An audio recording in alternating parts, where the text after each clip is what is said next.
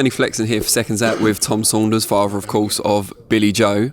Before we talk about this latest move in your son's career, just tell us a bit about when he was a kid. Was he always kind of destined to be a fighting man? Yeah, my two boys, Tom and Joe, they always had it in them, and I just took them to the local boxing club, just to learn them how to sort of hold their hands up, sort of thing. And I just took to it like a duck to like sort of water. Why do you think it is that Joe stuck with it, whereas Tom obviously had a good career but then has drifted away? Well, Tom, it's the same old thing. You get sort of 16, 17 in the amateurs, especially if they start driving, but they start going out with their mates, drinking, and it just went like that there for Tom. And at the time, when Tom walked away, my oldest boy, he boxed in over in America Junior Olympics. Come back, it was only Amir Khan and Tom Saunders that won gold over there.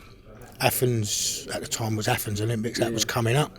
The England coaches was talking about Amir Khan, Tom Saunders, Amir Khan, Tom Saunders, right? So they was in the running, obviously. And cut a long story short, Amir Khan, world champion.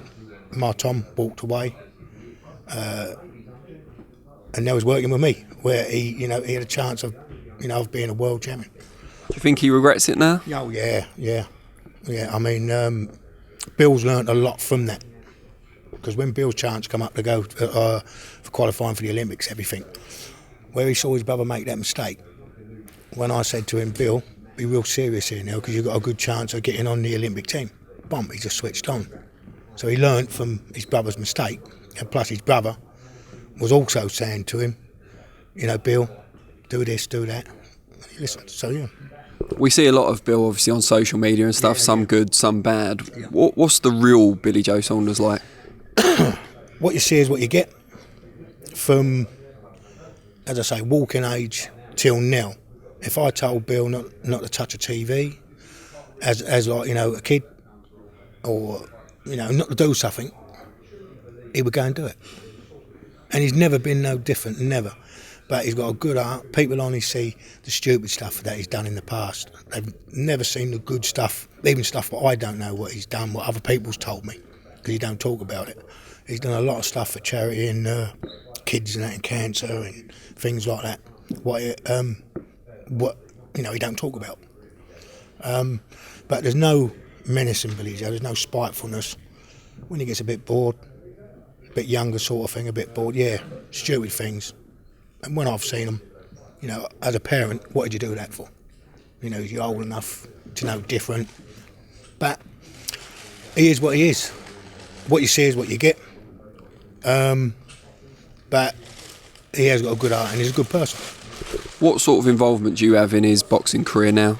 As a parent, as amateur, I just made sure that, I never forced them. You can't force a kid. But you make sure, if they got to be somewhere, that they're there and on time. And as a kid till now, if he boxes well, boxes good, I tell him, you box good. If he boxes bad, performs bad, right, and I'll tell him the truth. You won, but it was rubbish, right? And that's what he looks, as a parent, as a kid, he looks for me to tell him the truth. Because there's a lot of yes men in this game, but I'll just stand back, watch, listen. If he needs any advice, he'll ask me. Or if I see something I don't like, I'll tell him. When was the last time you felt you had to tell him he didn't box too good?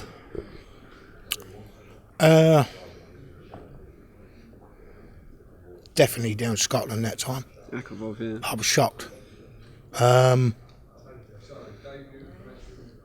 about it, really. That's what I mean. There can't be many occasions, given his record and then the guys he's fought. No, but I can just by it in the dressing room, I can tell when Billy Joe's going to sort of perform, or just go through the motions and win the fight, and that's just buying the pads. As I say, the two of my sons, amateur and pro, I sit there, I watch. They're nice and crisp on the pads. Hitting the targets, nice and crisp, nice and sharp. All the combinations coming together. then I know in my own mind he's going to box well.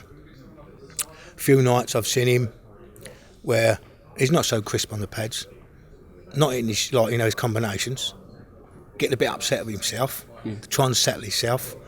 Then I know he's not going to perform so good. So really, I've only got to sit in the dressing room and look at him on the pads. But even though I won't tell him on the night, but I'll tell him after the fight. Yeah. Even if he's box average or box well, I'll tell him. But I can tell when he's in the dressing room. Have you seen a change in him since he's been working full time with Ben and with Tyson as well? Yeah, he's enjoying it a bit more. Because at one stage I thought he was just going to walk away, and I said, well, it's up to you. I said, if you're not in love with it no more, and he's been sensible with his earnings, he's invested in property and other things, and that. So he's got incomes coming, an income sort of coming in, all his taxes in order. But I said, if you're not sure, don't just walk away and try to come back a couple of years down the line, because you won't be the same fighter. But I know he's got something inside of him where he wants to prove to himself and his doubters, but to himself, that I think he's number one in the world. I think there's no one out there at the moment, right, that can beat Billy Joe. The only person can beat Billy Joe is Billy Joe.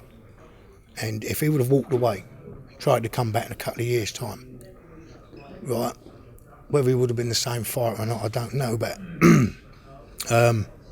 for him just to walk away and not try to fulfil what he thinks he can do, he wouldn't get over that.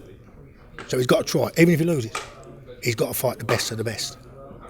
And he's never been no different, never. Brilliant. Well, we wish you the very best of luck going forward, and maybe it's not too late for Tommy. You never know. Well, as I say, Tom works for me. He's an amateur coach now. He's got. Whereabouts is that? That's in One and Garden City Boxing Club. Oh, yeah. He's had a few schoolboy champions, and my grandson, his boy, very good boxer. But he's enjoying it now, just as a trainer, which is nice to see. But yeah, and I think it's a good move for Joe with Matchroom, because he was going a bit stale, and it was a good working relationship with Frank Warren and everything. A lot of fights was sort of trying to be made. He did try to make the fights, but it just wasn't coming off. He was going stale again, I could see it. And his last fight, Stephen, is when he won the WBO super middleweight belt. That was he boxed very well, and that was from a break, like with all the ring rust, everything, and to perform like that.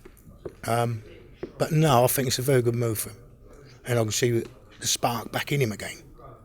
So yeah, I know it's going to be all right. Great stuff. Really appreciate you talking to us, and wish you all the best. Thank you very much. Cheers, Tom. Thank you. It's really good, yeah. Thank you.